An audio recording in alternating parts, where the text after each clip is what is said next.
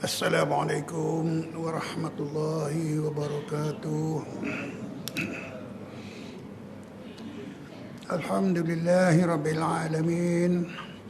Wassalatu wassalamu ala asyrafil anbiya'i wal mursalin wa ala alihi wa sahbihi ajma'in. Rabbana atina fid dunya hasanatan wa fil akhirati hasanah wa qina azaban nar. Rabbi shrah li sadri wa yassir li amri wahlul 'uqdatam min lisani yafqahu qawli.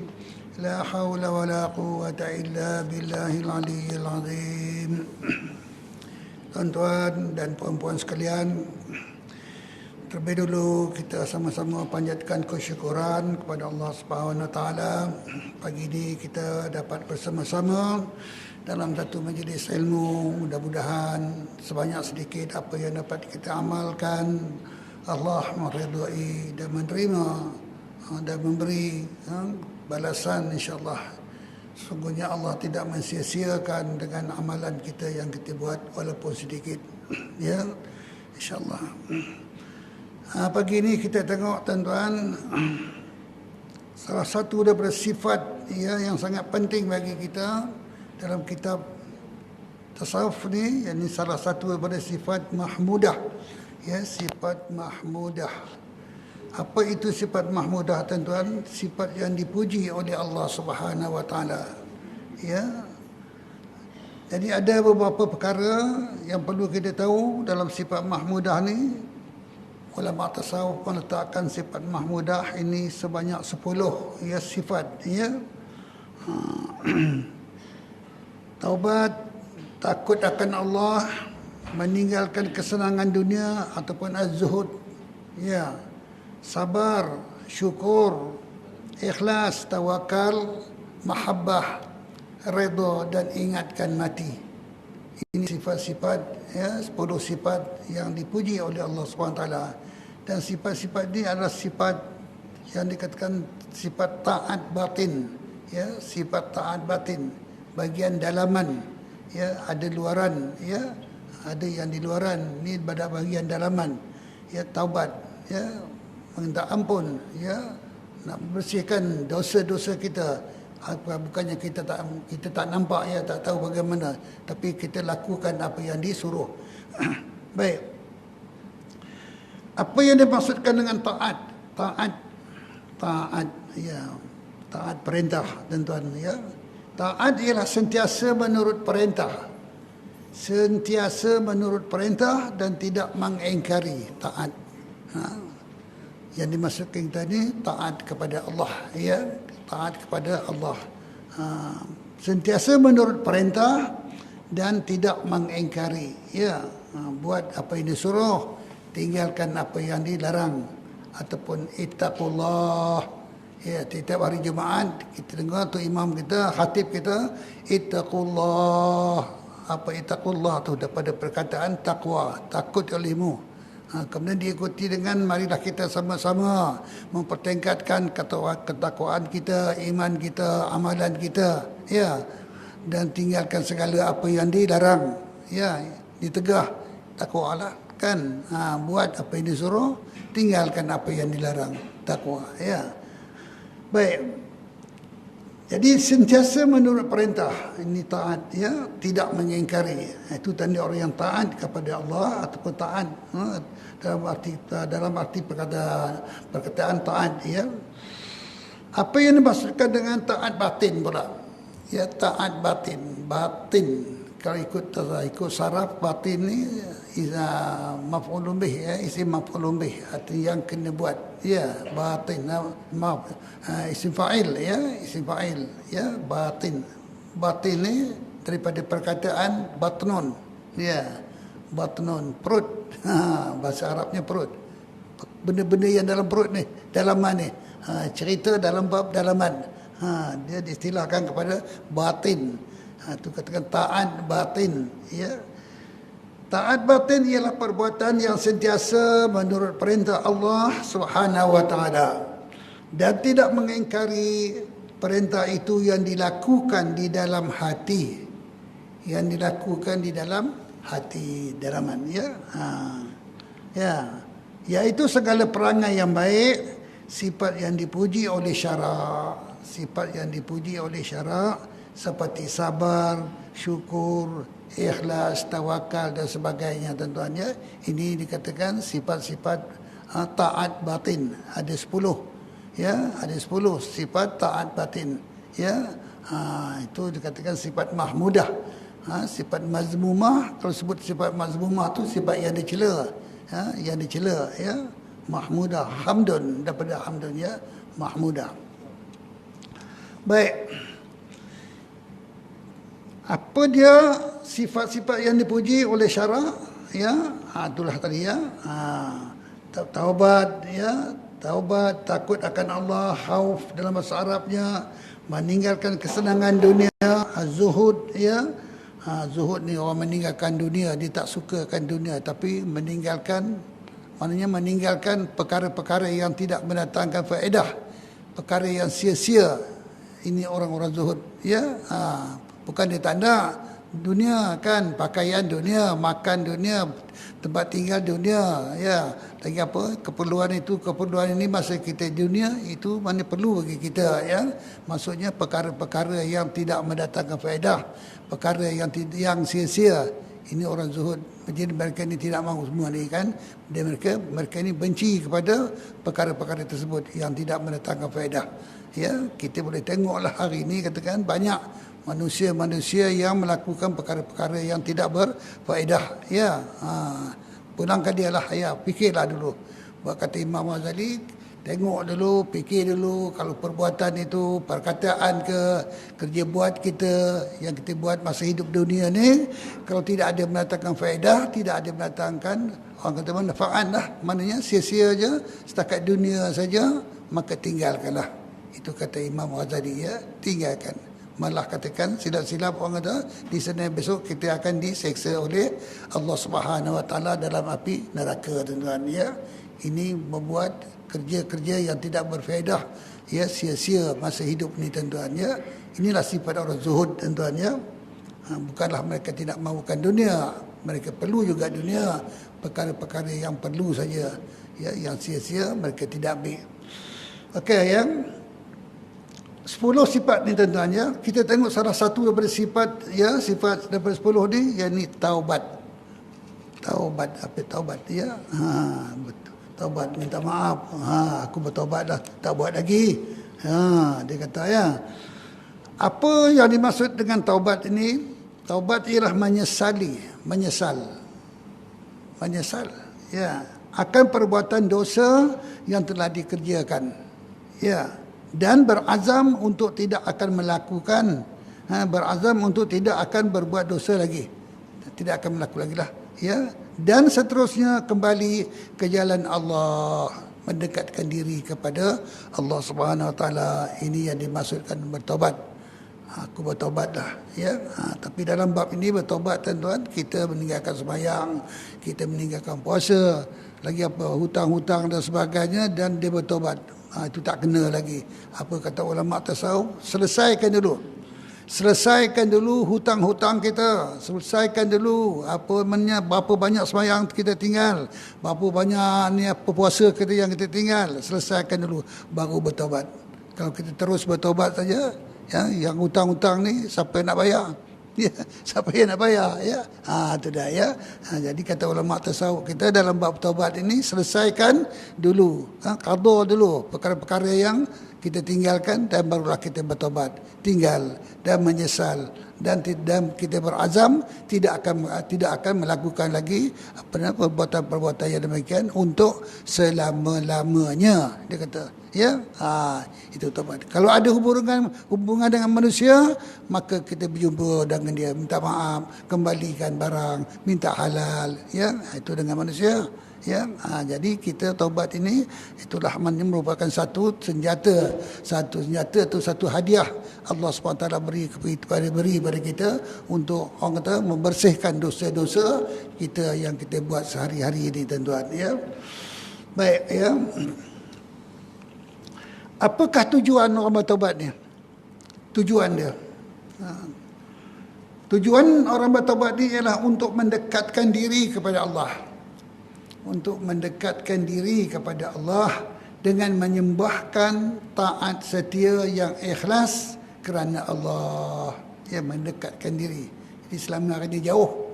Ya, orang yang bertaubat, orang yang tidak bertaubat, maksudnya mereka ini jauh daripada Allah. Dunia, itulah dunia, hidup dia hari pagi, petang, malam. Dunia. Kalau yang ada dunia yang ada jambatannya ke akhirat tu tak apalah kan. Ada faedahnya di akhirat. Ini dunia untuk dunia saja, habis dunia saja. Ya, jadi maknanya kita hendaklah bertaubat. Ya, apa tujuannya? Maksudnya selama hari ini kita jauh dengan Allah. Ya, selama hari ini kita jauh dengan Allah. Ya, tak pernah bertaubat, tak pernah terkenang langsung dosa aku, tak pernah terkenang terfikir orang kata nak membersihkan diri, minta maaf, umpamalah katakan kepada Allah SWT. Ini orang yang jauh dengan Allah SWT. Dan kita dekatkan diri kita kepada Allah dengan kita bertaubat. Ya.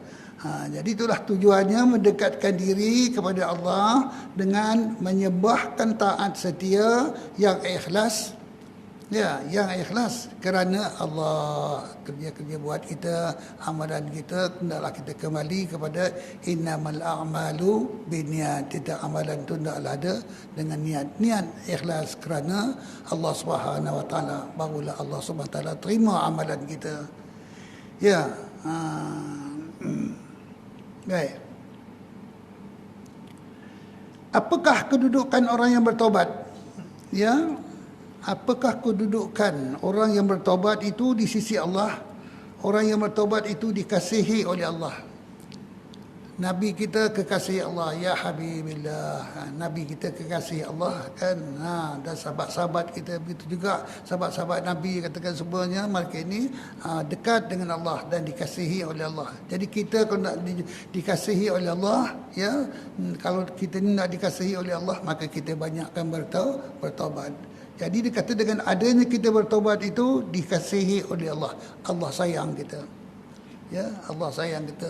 Jadi kita kadang-kadang minta doa, memohon, tak juga makbul, tak juga dapat, tak juga berjaya, tak juga orang kata beroleh, katakan apa yang kita minta, berkemungkinan ada sebab. Ya, jadi salah satu daripada sebabnya kita jauh daripada Allah.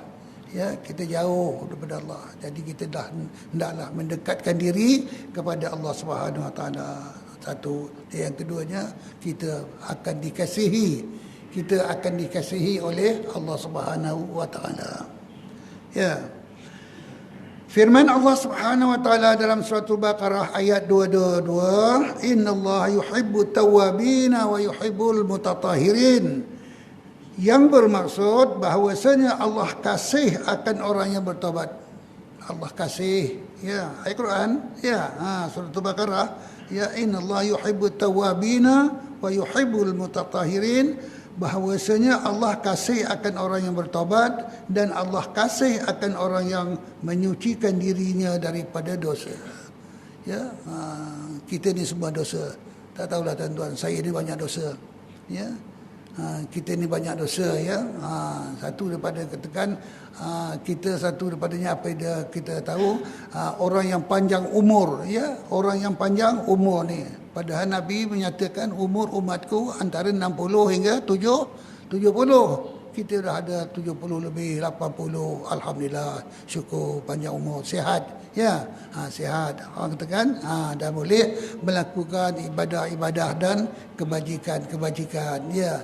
Artinya lebih daripada umur yang disebut oleh Rasulullah sallallahu alaihi wasallam itu adalah subsidi yang diberi oleh Allah SWT. Artinya Allah kasih dan sayang kepada mereka ini. Bukan sayang begitu saja, artinya diberi peluang untuk kita bertaubat, mendekatkan diri dalam umur yang lebih itu, tuan-tuan.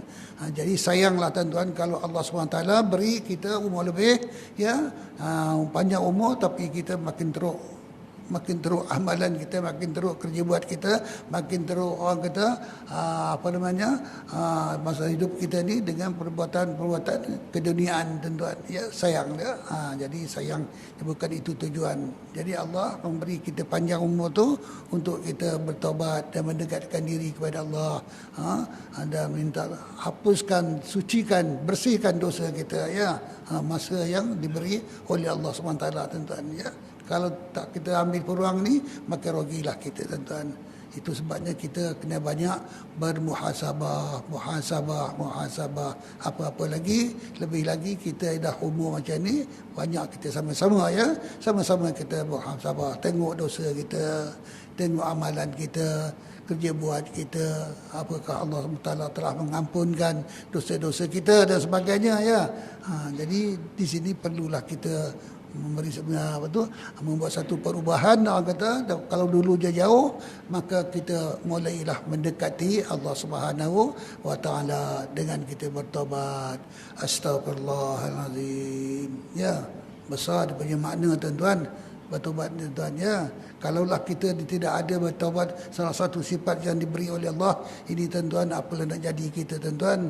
Hari-hari kita buat dosa, tuan-tuan. Pagi buat dosa, petang buat dosa, malam buat dosa. Masya-Allah, ya. Bertimbun-timbun, berguni-guni, bergunung-gunung dosa kita, tuan-tuan. Kita tak mahu ke akhirat besok kita membawa dosa-dosa kita yang begitu banyak, tuan-tuan. Ya, jadi kita sama-sama, tuan-tuan, banyakkan beristighfar dan minta ampun kepada Allah dan membersihkan diri kita sebelum kita dijemput Allah Subhanahu wa taala di alam barzakh, tuan-tuan, ya. Allahu akbar, tuan-tuan, ya. Baik. Jadi orang yang banyak bertaubat ini adalah orang yang dikasihi oleh Allah, ya, dikasihi oleh Allah. Begitu juga orang yang menyucikan dirinya daripada dosa-dosanya, ya, bertaubat, ya, tinggalkan, menyesal, lagi apa, tuan-tuan, berazam tidak akan melakukan lagi perbuatan itu, ya, untuk selama-lamanya. Kalau ada hubungan benda-benda yang kita buat antara sama manusia, maka kita jumpa dia, minta halal, ya, minta maaf dan sebagainya lah, ya. Mudah-mudahan kita bersih, pergi ke balik kita bersama dengan Allah Subhanahu Wa Taala ke akhirat nanti. Kita lepas sembahyang, tuan-tuan, astagfirullahalazim, astagfirullahalazim, ya Allah, tangku ampunlah dosa, ya, dosa kita lah, ya. Mudah-mudahan Allah ampunkan, ya. Sedangkan dikatakan di akhirat nanti dosa-dosa kita, amalan-amalan kita, kerja buat baik buruk kita ditayangkan, diperlihatkan dengan sejelas-jelasnya, ya. Jadi dengan adanya kita beristighfar sekurang-kurangnya 3 kali selepas sembahyang tu, kata ulama kita maka dosa-dosa kita diampuni oleh Allah SWT. Mudah-mudahan tertutup dan tidak ditayangkan di sana besok, tuan-tuan, mudah-mudahan. Tapi di sebaliknya, kalau dia jenis orang sembahyang, rajin sembahyang, ya, sembahyang fardu, sembahyang sunat dan sebagainya, tuan-tuan, lepas sembahyang astagfirullahalazim, minta ampun, ya, mengharapkan dosa kita diampuni oleh Allah Subhanahu Wa Taala. Dalam waktu yang sama dia juga mengumpat, dalam waktu yang sama dia juga bercakap tak elok dan sana buat itu ini, membuka rahsia orang, kan, dan sebagainya lah, ya. Ini pasal mengumpat, kan. Maka di sana besok Allah akan buka balik dia punya tutupan, buka balik dia punya tutupan. Sedangkan kita yang selalu kita buat astagfirullahalazim, ini mudah-mudahan ditutup, ya, ditutup. Tapi dalam sembahyang dia rajin macam itu, kan, beristighfar, dia juga sama, katakan, bercakap yang tidak ada, orang kata, yang tidak disuruh oleh Allah, mengata orang, mengumpat, membuka kaiban orang dan merendah-rendahkan diri orang dan sebagainya lah, ya. Jadi di sana besok dia katakan dibuka balik tutupan itu, tuan-tuan, ya. Itu yang dia katakan, kita hendaklah kita berazam tidak melakukan lagi dan meninggalkannya untuk selama-lamanya, ya. Itu dia, ya, bertobat, ya. Jadi mudah-mudahan, tuan-tuan, ya. Apa sabda Rasulullah sallallahu alaihi wasallam dalam perkara ini, tuan-tuan? Apa sabda Rasulullah sallallahu alaihi wasallam dalam perkara ini, dalam bab taubat ni tuan-tuan? Rasulullah sallallahu alaihi wasallam bersabda, "At-taibu habibullah, at-taibu minaz zambi kaman la zamba lahu." Itu sabda Rasulullah. Orang yang bertaubat ialah kekasih Allah. Ya. Al-Quran pun disebut innallaha yuhibbut tawwabina wa yuhibbul mutatahhirin. Allah kasih kepada orang yang bertaubat dan menyucikan dosa-dosanya. Al-Quran dalam hadis pun begitu juga, at-taibu tadi at-taibu habibullah, orang yang bertaubat adalah kekasih Allah. Nabi kekasih Allah, kita pun boleh kekasih Allah. InsyaAllah mudah-mudahan kita sama-sama banyakkan bertaubat kembali kepada Allah.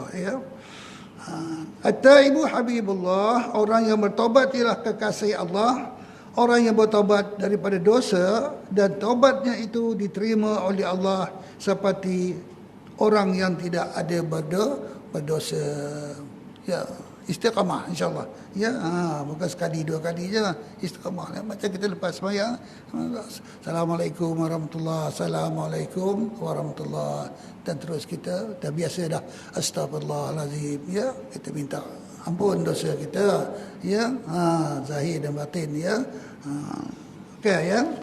Jadi maksud di sini Allah telah mengampunkan dosanya yang telah dahulu, yang beristighfar, Allah sayang kat kita, Allah kasih kat kita, Habibullah, taibu, orang yang bertaubat, Habibullah, kekasih Allah, Kalau kekasih ni apa nak lagi tuan-tuan, sayang, orang sayang kat kita tuan-tuan, kekasih, apa nak lagi kan.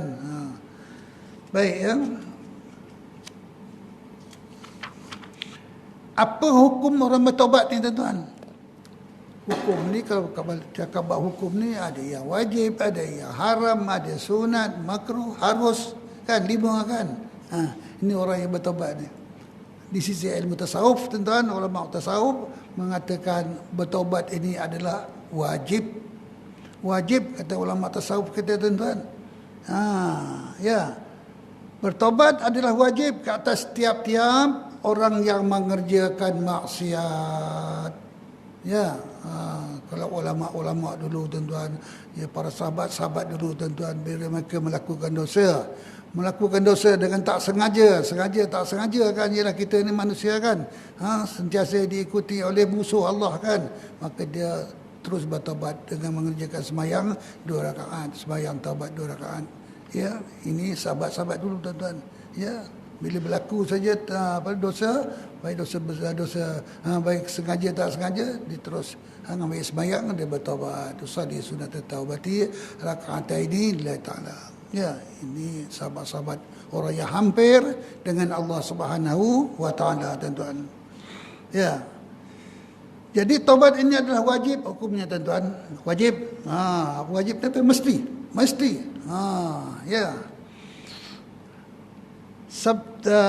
Seperti firman Allah Subhanahu wa taala dalam surah An-Nur ayat 31 yang berbunyi, "Watubu." Semua taubatlah kamu. Bertaubatlah kamu, watubu. Itu dia. Ilallah, kepada Allah jami'an, semua kamu bertaubatlah. Kembalilah kamu kepada Allah, dekatkanlah diri kamu kepada Allah, minta maaflah kamu kepada Allah. Ayyuhal mu'minun, hai orang yang beriman, la'allakum, mudah-mudahan kamu tuflihun, akan berjaya di sana besok, akan jauh daripada orang kata seksa-seksa dan pertanyaan-pertanyaan orang kata apa yang kita buat masa hidup dunia ni, yang membawakan dosa. Watubu. Bertobatlah sekaliannya kepada Allah, wahai orang-orang mukmin. Mudah-mudahan kamu mendapat kemenangan dan kebahagiaan di akhirat nanti. Wajib bertobat. Jangan pandang ringan tuan-tuan bertobat.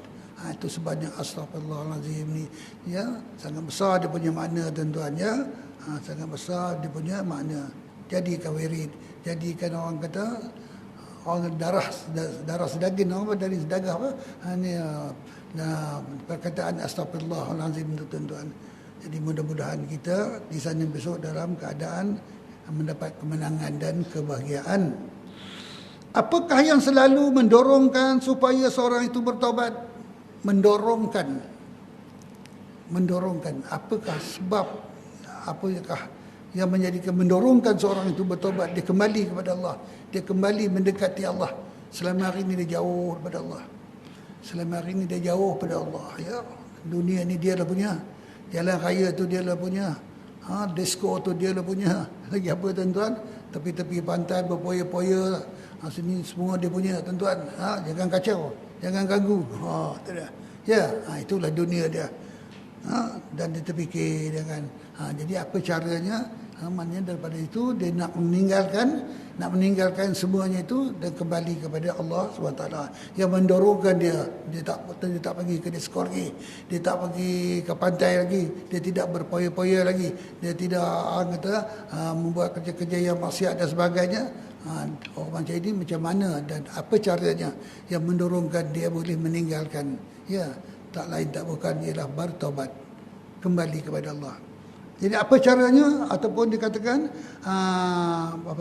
apakah yang selalu mendorongkan cara dia, yang mendorongkan dia kembali kepada Allah dan bertaubat itu?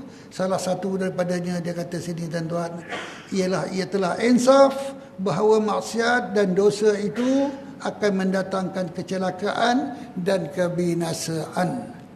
Kalau aku buat ini lagi, aku akan mendatangkan kecelakaan dan kebinasaan. Kemurkaan Allah, ya, dia tahu dan dia tinggalkan. Jadi satu daripadanya yang mendorongkan dia tidak lagi melakukan kerja-kerja maksiat, ya, dan dia mendekati Allah Subhanahu wa taala tuan-tuan. Ya. Ia telah insaf bahawa maksiat dan dosa itu, setiap maksiat itu dosa kan. Setiap maksiat dan dosa itu akan mendatangkan kecelakaan dan kebinasaan di sana nanti. Jadi satu daripada dia terfikir, ya akal ada. Ya, kita ni ada akal kan. Ini orang yang tak, bila dinasihatkan, bila diajak jangan dan sebagainya, dia buat tak tahu je. Macam orang tak berakal, macam orang tak ada akal. Fikirlah dulu. Ya, fikir dulu, renung dulu, muhasabah dulu, tengok elok ke tak elok. Apa yang kamu buat ni ada kemanfaatnya di akhirat, dan ada faedahnya di sana besok. Contoh tekan fikir. Itu gunanya Allah SWT. Allah bagi kita akal. Afala tatafakkarun? Apakah kamu tidak menggunakan akal kamu?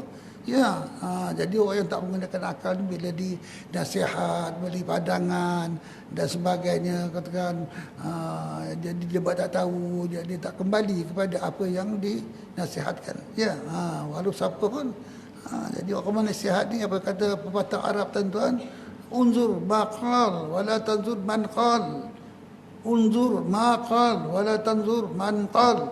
Tengok siapa, unzur ma, tengok apa yang dia cakap, jangan tengok orang siapa yang bercakap. Kadang orang bercakap tu orang yang tidak dihormati, orang yang tidak ada gelar, orang yang tidak ada kenamaan, orang yang bukan orang biasalah. Tapi cakap itu juga, cakap tu kita perhatikan, unzur apa dia cakap. Boleh orang yang bercakap tu orang yang tidak ada title, orang kata tidak dikenali dan sebagainya, tapi cakap itu unzur maqal wala tanzur man qal. Jangan kamu tengok siapa yang bercakap. Ya, kadang-kadang orang-orang yang tak biasa dan sebagainya, dan bila dia bercakap sesuatu yang bernas, yang ada makna sebenarnya. Ya, contoh tekan ya. Jadi kadang-kadang bila diberi nasihat dan sebagainya, dia buat tak tahu. Baik. Jadi orang yang mengambil kira dan melihat kembali apa yang dikatakan, kalau dia melakukan maksiat, dosa, dia mendatangkan kecelakaan, dia tidak akan melakukan lagi. Itu salah satu daripada yang mendorongkan dia bertaubat. Ya. Baik. Dan seterusnya dia kata, ia telah insaf bahawa azab Allah itu sangatlah berat. Orang banyak berdosa, melakukan dosa, ya. Sembahyang tidak, puasa tidak, lagi apa tuan, zakat, duit banyak tak keluarkan zakat dan sebagainya. Hari-hari berlaku orang yang bersama dengan orang-orang yang orang-orang yang mengerjakan maksiat. Ya, contoh tekan ya. Jadi orang-orang macam ini tak tahulah, itulah dunia dia tuan-tuan. Ya. Jadi dia kata, ia telah insaf bahawa azab Allah itu sangat berat. Dia tahu dia. Orang yang tak sembahyang, orang melakukan maksiat, siapa besok Allah akan masukkan dalam neraka. Dia tahu. Dalam neraka kan, dia tahu. Neraka apa? Api. Boleh. Mampu kita nak lawan api. Ya. Mampu kita nak lawan api. Berat sangat. Ya. Api akhirat kan. Dan sangatlah pedih, dia kata. Ya, berat dan pedih azab Allah, dan dia tidak tertanggung akan azab itu. Ya, jadi dia tidak akan melakukan lagi, dan ini salah satu daripada yang mendorongkan dia bertaubat. Ya, tapi gunakan fikiran lah, gunakan akal lah. Ya, sebab kita manusia ni Allah beri dua kelebihan, satu akal, satu nafsu kan. Kalau binatang dia nafsu saja, kalau malaikat dia akal saja. Kita ini ada dua, akal dan nafsu. Jadi akal itulah yang dikatakan, yang banyak yang disebut dalam Al-Quran, afala tatafakkarun, afala tatafakkarun, apakah kamu menggunakan akal wahai manusia? Ya, itu dia. Kemudian seterusnya dikata tuan-tuan, ia telah insaf bahawa ia adalah manusia yang sangat lemah dan tidak mempunyai sebarang kekuatan atau kuasa untuk menolak azab Allah itu. Itulah kita dah. Ya. Api kalau dalam kubur, bermodal dalam kubur lagi tuan-tuan, dah orang kata kita didatangi dengan azab dan sebagainya bagi mereka yang banyak dosa, meninggalkan semayang dan sebagainya. Ya, dalam kubur kan. Dalam barzah, kemudian di padang mahsyar lagi. Ya, kemudian di api neraka menunggu. Jadi kita mampu nak melawannya. Ada kuasa kita. Manusia tak mampu. Ya, jadi di situlah dia insaf. Dia tidak akan melakukan lagi dan terus dia bertaubat. Yang mendorongkan dia bertaubat. Tuan-tuan, ya, tidak ada kekuatan bagi kita untuk menolak azab-azab tersebut. Ini beberapa perkara yang menjadikan, yang mendorongkan dia kembali bertobat kepada Allah Subhanahu Wa Taala. Cuma buat kata tadi lah, gunakan akal lah. Orang menasihatkan, orang bagi pandangan dan sebagainya, fikir, tengok, ya, betul kan ni? Ya, contoh dengan akal kan.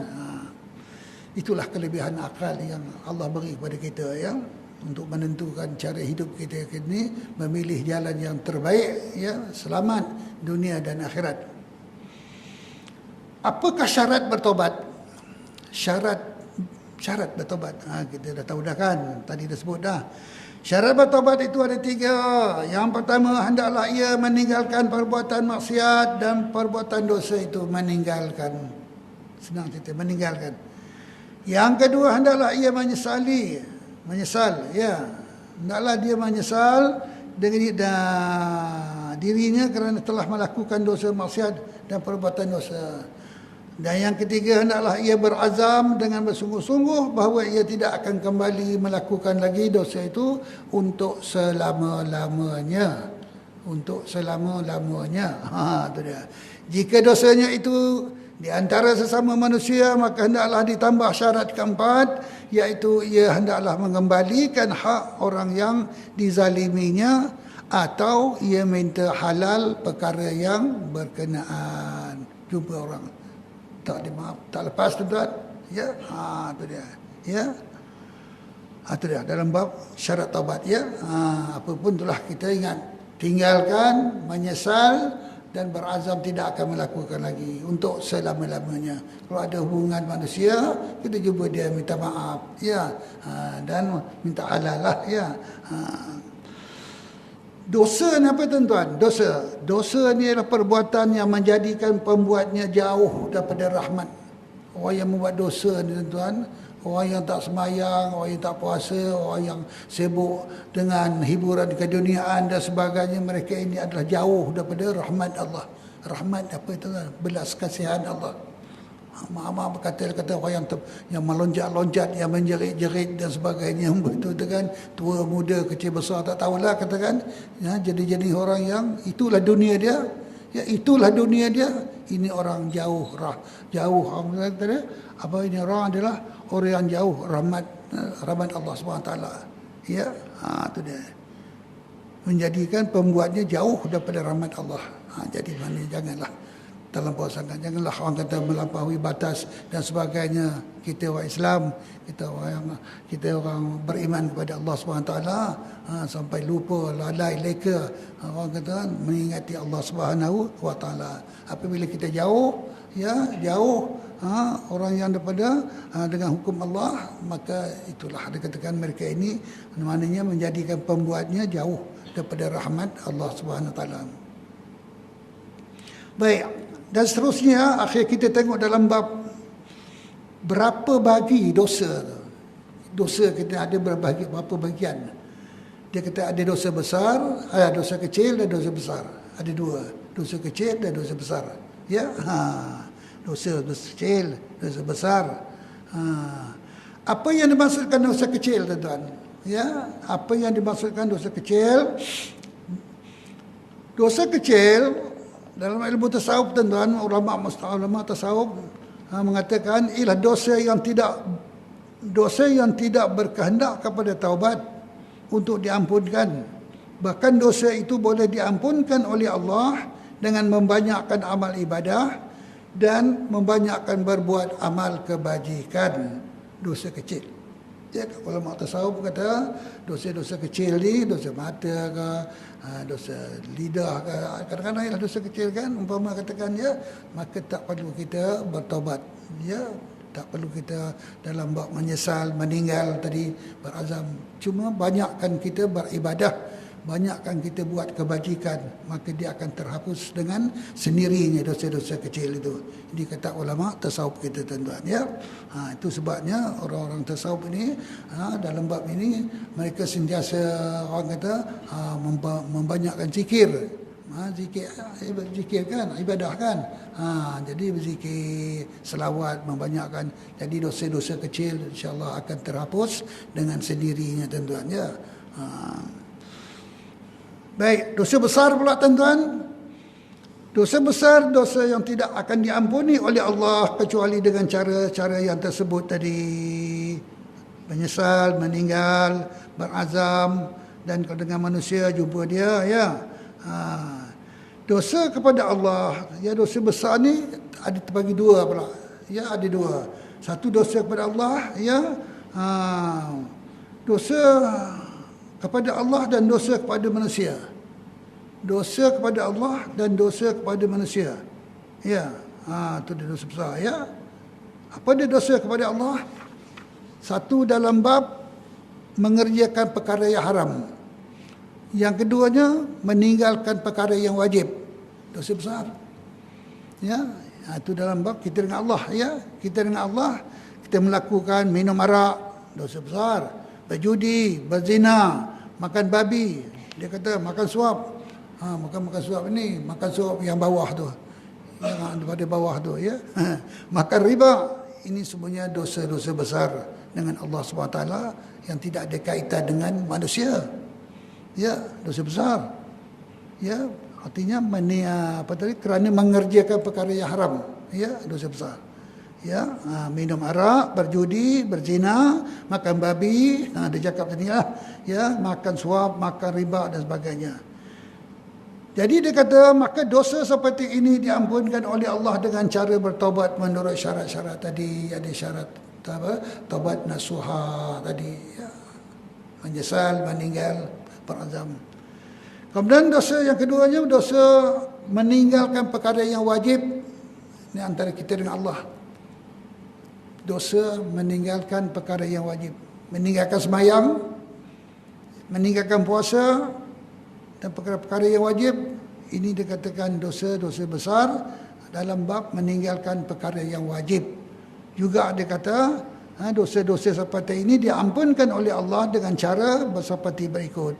Ya, tapi dengan syarat hendaklah diqada terlebih dahulu perkara wajib yang ditinggalkan, itu sesudah itu barulah bertaubat. Kalau dia terus bertaubat aja, jadi hutang ni siapa nak bayar?